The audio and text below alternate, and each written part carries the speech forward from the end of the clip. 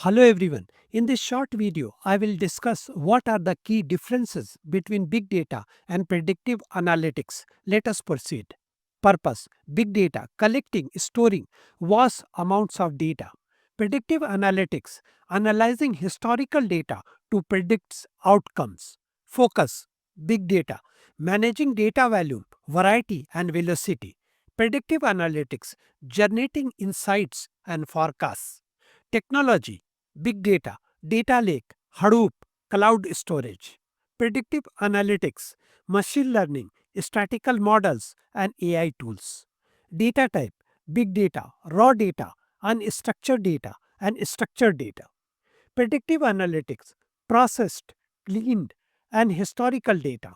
Outcome: big data, enable analytics and reporting. Predictive analytics, forecasts, future events, and trends. To understand in detail, please visit our blog post. You will find the link in the description box of this video. Thank you for watching. I kindly request you to subscribe to our channel if you haven't already, and please like and share our content. You can also show your support by clicking the thanks button below the video.